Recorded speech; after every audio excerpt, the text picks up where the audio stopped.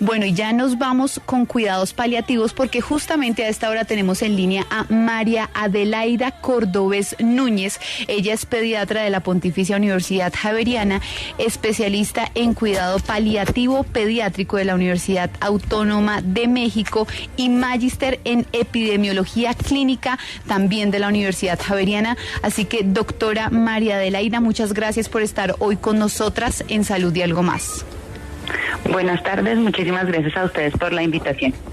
Bueno, doctora, antes de que nos entregue detalles de cómo es este cuidado, este tratamiento y demás, cuéntenos cómo se identifica, cómo ustedes pueden determinar si un paciente ya entra en la etapa de cuidados paliativos. Explíquenos un poco.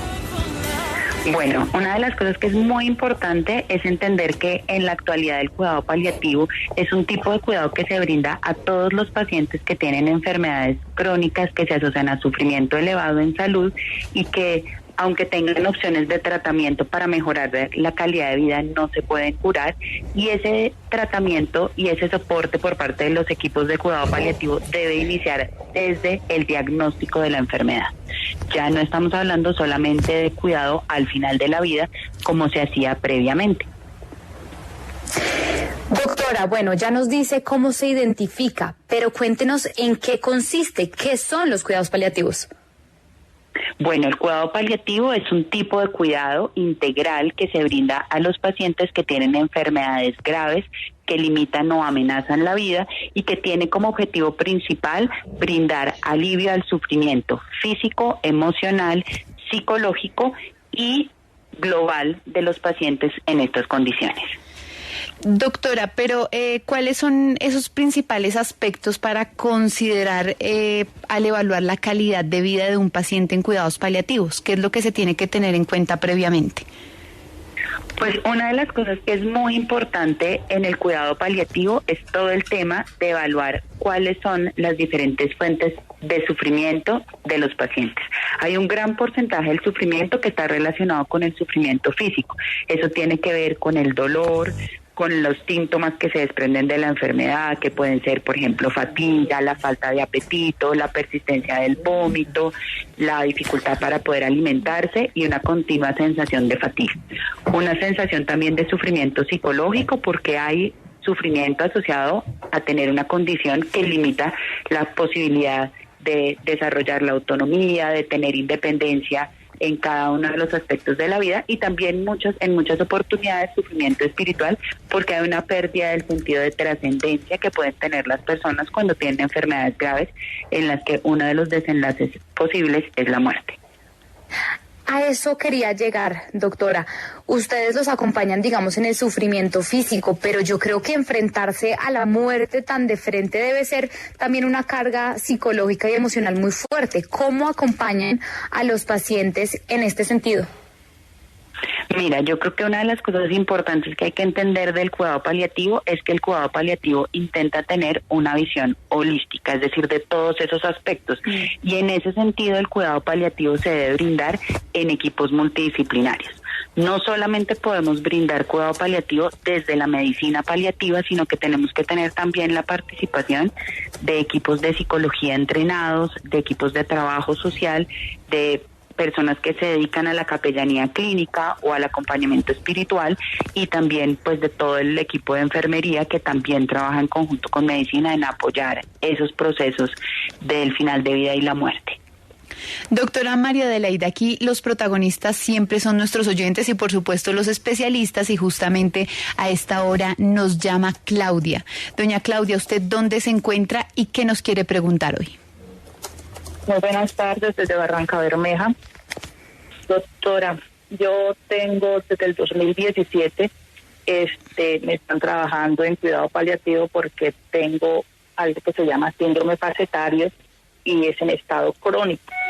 Entonces mi pregunta es, yo he recibido varios bloqueos sobre los discos de la columna, y pues en estos momentos yo tengo un miedo, y es si tanto medicamento es bueno para la salud.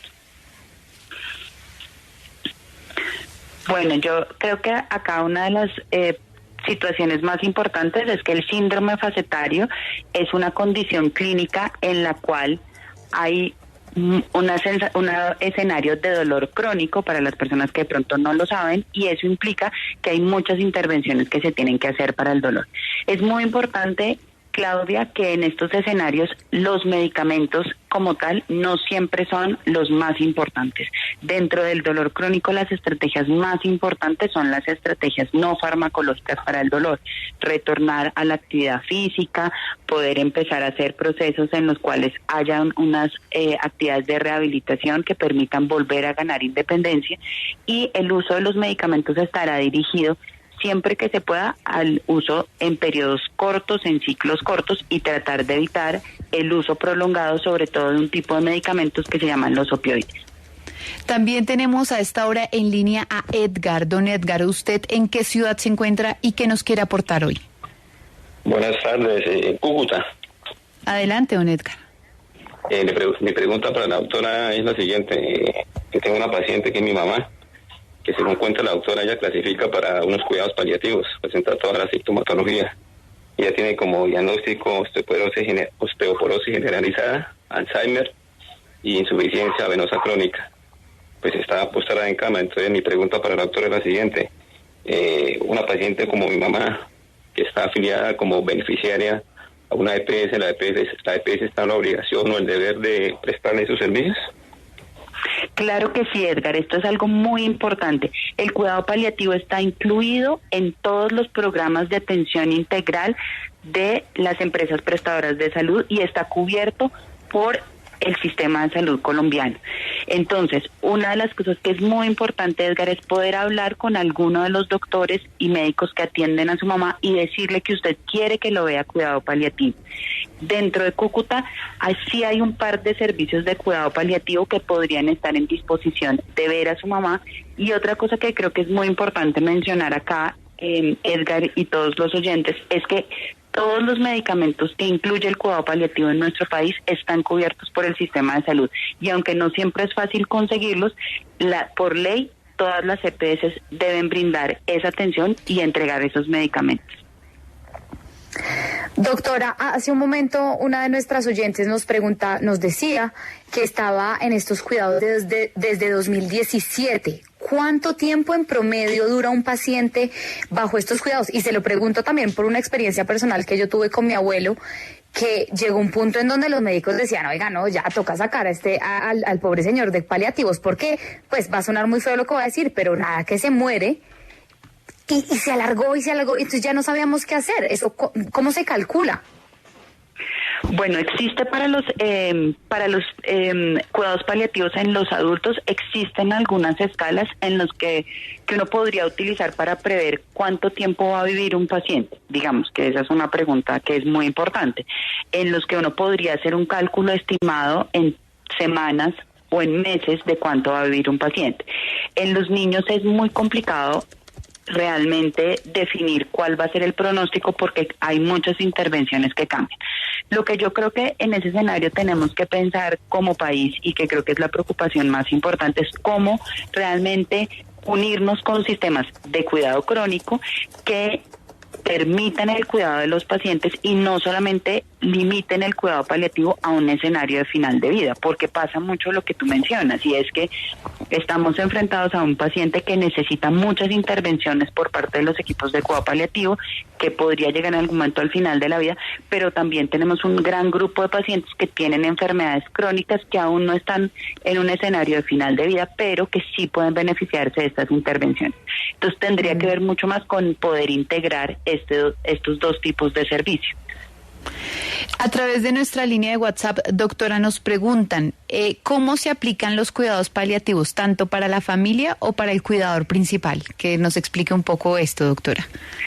Bueno, una de las cosas que siempre es muy importante es entender que los pacientes no siempre están solos, es más, casi siempre están acompañados, y que esa familia necesita también un soporte y una atención.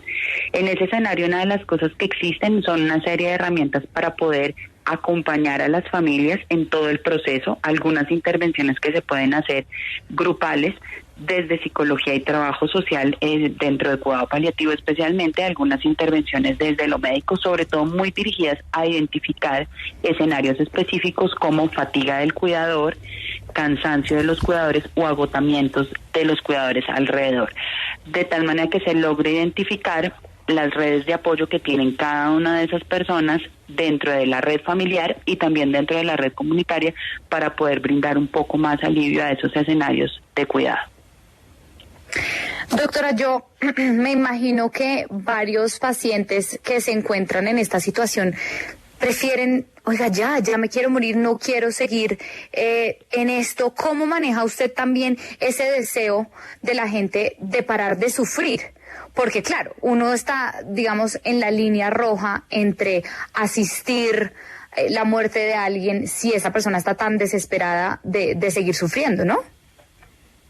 Claro, mira, yo lo que creo es que nosotros dentro de nuestra legislación tenemos legislado tanto el cuidado paliativo como tenemos legislado un escenario de eutanasia que también existe y es, digamos, está legislado desde los 14 años pues para todas las personas del país. Un poco desde mi experiencia personal, lo que yo he encontrado, y aclaro nuevamente que yo veo principalmente niños, es que no es tanto el deseo de la gente de morir como de dejar de sufrir, y que existen muchas intervenciones en cuidado paliativo que van dirigidas a lograr ese alivio del sufrimiento, especialmente aliviar el dolor y otros síntomas físicos que algunas veces no somos tan hábiles en identificar. Es decir, uno siempre piensa en que a la gente le duele, pero también a la gente no solamente le duele, sino que está aburrido de no tener ganas de comer, está muy aburrido de sentirse muy fatigado y muy cansado, y tratar de poder asistir en todas esas intervenciones puede ayudar a aliviar el sufrimiento. Ahora, por otro lado, existe definitivamente un escenario en el cual los pacientes dicen, nosotros no queremos sufrir, y lo que existen es, dentro de la legislación y dentro de cada una de las instituciones, mecanismos específicos para activar esos protocolos de eutanasia y muerte digna, que también existen. Sin embargo, dentro de, digamos, la legislación, siempre una de las cosas que debemos hacer es ofrecer cuidado paliativo y esas intervenciones, entendiendo que escoger eutanasia no significa no recibir cuidado paliativo, y que en la medida en la que ofrezcamos cuidado paliativo puede ser que exista un porcentaje de personas que decidan continuar el camino, digamos, del curso natural de esa enfermedad y no llegar a procedimientos que aceleren la muerte. Doctora, ahora hablemos de su especialidad, que es tratar a niños que están en cuidados paliativos. ¿Cómo es la selección de estos niños para que empiecen a empezar este tratamiento? Mira, nosotros tenemos categorías específicas de atención. Existen muchas enfermedades en los niños que no se pueden curar, y dentro de esas enfermedades encontramos un grupo bastante amplio de pacientes con condiciones neurológicas severas, con enfermedades que son más difíciles y en las que no esperamos que se curen, y por supuesto pacientes con cáncer infantil.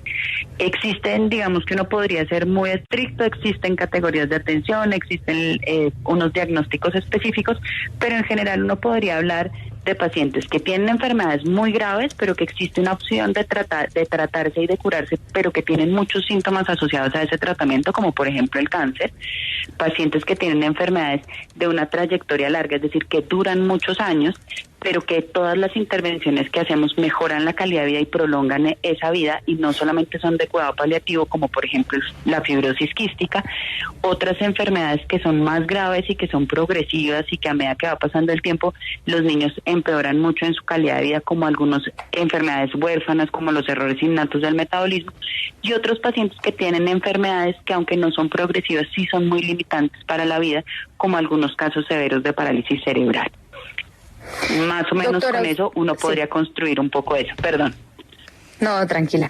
Doctora, usted lidia con niños que bueno, en general estas enfermedades son muy duras, pero yo me imagino que ver a niños enfermos y sufriendo es muy duro. Y esta pregunta es un poco personal, pero ¿cómo lidia usted con esa carga emocional de atender a niños en estas condiciones?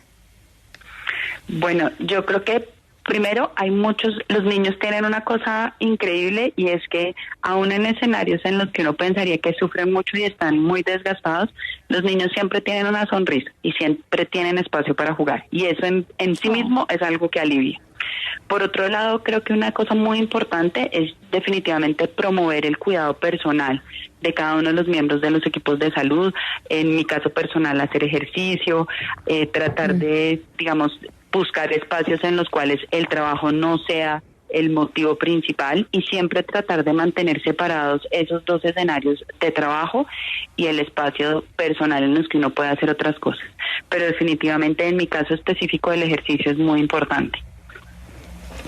Doctora, estamos hablando que en cuidados paliativos no solo es el tema físico, médico, sino también pues ahí el tema emocional es muy importante. Yo quisiera saber en su recorrido qué papel tienen los hermanos, los papás y otros miembros de la familia en este proceso de cuidados paliativos infantiles. Bueno, mira, creo que pues los papás son fundamentales, los padres son los principales cuidadores de los niños en la gran mayoría de los casos y eso genera muchas situaciones emocionales complejas. Primero, usualmente uno de los dos papás es la persona que está más pendiente de hacer el cuidado y eso implica que a nivel emocional hay uno que tiene una carga que es mayor, que es todo el tiempo estar cuidando a un niño enfermo y que también pierde en algunas oportunidades su identificación personal y su rol profesional en algunos escenarios porque se pierde esa posibilidad de ir a trabajar. Y el otro que también aumenta esa carga en sentir, bueno, tengo que trabajar más o tengo que hacer más cosas para poder suplir esas necesidades. Y eso hace que muchas veces para los papás esto sea una situación muy compleja en la cual una de las dos personas trabaja 24 horas, 7 días a la semana cuidando a un niño y el otro trabaja 24 horas, 7 días a la semana pensando cómo poder mantener la familia desde el punto de vista económico. Y eso genera una carga muy grande.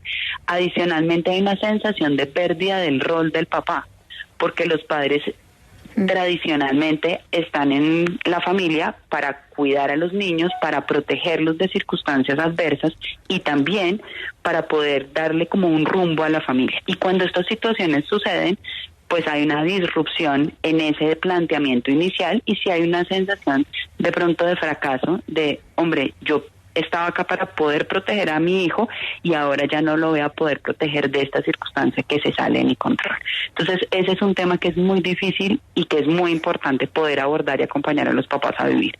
Y los hermanos acá pues son los grandes ausentes en muchos escenarios y eso es muy grave. Los niños hermanos de los pacientes con enfermedades crónicas algunas veces están descritos como los niños invisibles. Y es porque se centra tanto la atención en el niño enfermo que los otros niños usualmente se tienden a abandonar. Entonces una de las cosas que es más importante es poder empezarlos a incluir en ese cuidado del niño, no darle más responsabilidades de las que necesita y de las que podría cumplir dentro de su edad, pero sí permitirles cuidar también al niño, porque ese cuidar al niño les permite ponerse en contexto de lo que está pasando como familia y realmente mantener una estructura de familia en un escenario que pudiese parecer adverso para la familia. Sí, y mire, de la mano de la pregunta de Paula, yo quiero saber qué recomendaciones sencillas tiene usted para las familias. Ya, por ejemplo, nos ha dado unas pistas de no, digamos, dejar de lado a los otros hijos, pero tal vez también, no sé, cómo los padres manejan esta frustración de la situación, cómo no pasársela al paciente. ¿Qué recomendaciones nos da? Mira, yo creo que lo primero es tratar también de mantener una relación de cada uno, es decir, entender que cada papá en sí mismo es una persona y que necesita un espacio para poder ejercer relaciones, digamos, interpersonales con otras personas. Buscar apoyo con otros papás que vivan situaciones parecidas. Eso es algo supremamente importante. Nadie podría realmente entender en un 100% lo que está viviendo el papá de un niño que tiene una enfermedad muy grave y lo que más se acerca a eso es estar con otra persona que haya vivido una experiencia similar. Y eso a veces permite también dar un poco de libertad de preguntar y de hacer cosas que a veces con los médicos no se puede, que con los otros niños no se puede, y eso es algo muy complejo. Entonces, poder brindar esos espacios es muy importante. Siempre tener en cuenta que los otros niños son muy importantes. Sí, que no por el hecho de que tengan menos necesidades en salud o menos necesidades en general, dejan de ser menos importantes. Y tratar de distribuir tanto como sea posible y mantener un equilibrio entre cuidar a los niños sanos y cuidar a los niños enfermos. Y yo creo que una cosa muy importante es rotar el cuidado del niño enfermo. Eso no es solamente de uno de los dos papás, siempre debe ser de los dos papás, para que también ellos ambos puedan entender cómo va evolucionando esa situación y cómo también el niño se relaciona con cada uno de ellos de forma distinta, porque eso también es una realidad. Doctora, a través de nuestra línea de WhatsApp nos preguntan lo siguiente. Sabemos que los cuidados paliativos todavía son muy desconocidos para muchas personas. Doctora, ¿cuáles son esos principales mitos que se tejen alrededor de este tipo de cuidados? Bueno, yo creo que el principal mito que se teje para alrededor del cuidado paliativo es que el cuidado paliativo es no hacer nada, y que es a donde llegan los pacientes cuando no hay nada que hacer. Entonces, muchas veces nosotros confundimos no poder tener alternativas para curar las enfermedades con no hacer nada. Ese es el primer mito que hay que acabar. Siempre hay cosas que hacer. Siempre hay intervenciones que podemos hacer para que la gente se sienta mejor y viva mejor el tiempo que viva. No siempre podemos curar las enfermedades.